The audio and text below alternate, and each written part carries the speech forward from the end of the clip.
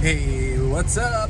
This afternoon I do have an interview with a expat in Azores. And by the way, if you haven't checked out those episodes yet, I think you should. If you're interested in travel, or if you love travel, or maybe you've never heard of the Azores. I know there's a lot of people who have no idea what the Azores is or where it is. I've heard that so many times.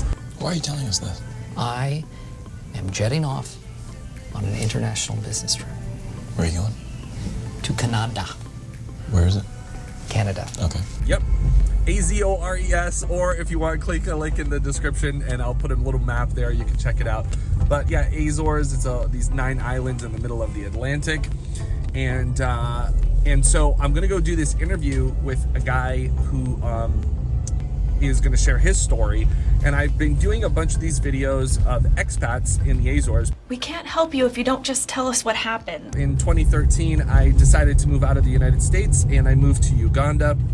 And also I've been traveling the world ever since I was young. But I decided to travel a bit more now with my family and check out and explore other places. Well, expats have, these expats have relocated from their home country and have come here and start something new, a new venture, and definitely enjoy the beauty that is here, the nature. They say that the Azores is like the islands like Hawaii. Compare Hawaii, it's the Hawaii of Europe, right? That's what a lot of like travel magazines call it, and people who come here and experience the Azores, they really like, wow, this is a beauty. So it's like diamonds in a mine, and very few people know about it, and it's just absolutely gorgeous. And there's some people who come here and they buy property, they invest here. Some people do short-term rentals here, and like my good buddy Edmundo, you might want to check that interview out. Link will be in the description,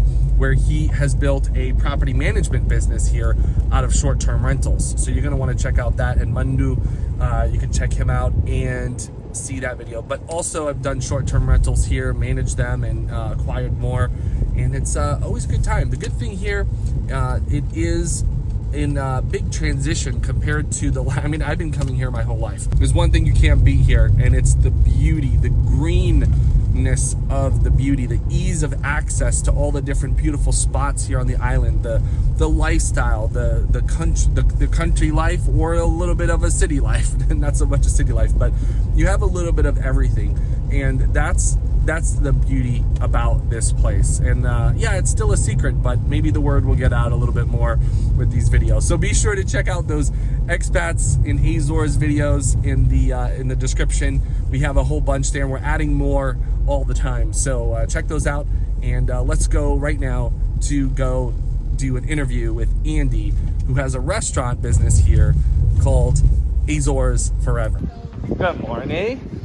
Or should I say good afternoon? Hello. How you doing? Good, man. You good? Yeah, good.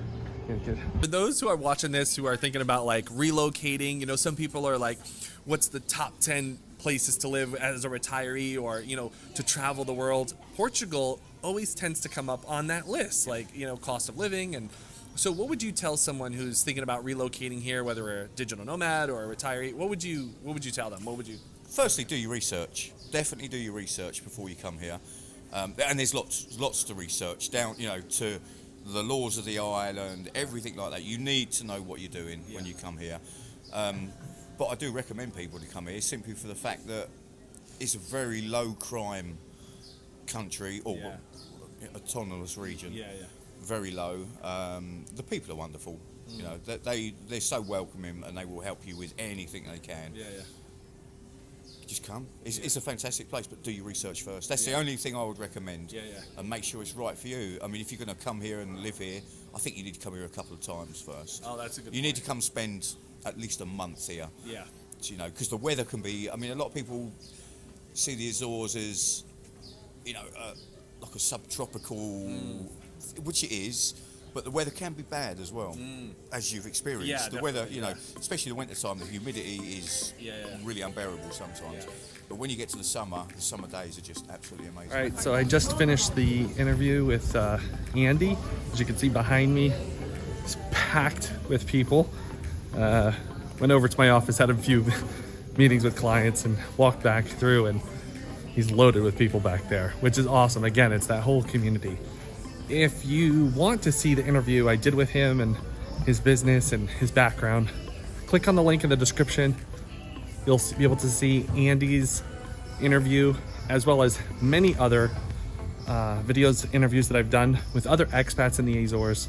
There's also a link in the description. You can go right to the playlist and watch all of those. And by the way, question for you. If you wanted to travel to any other country right now, what would it be? That's right, put that in the comments below. I'd love to know.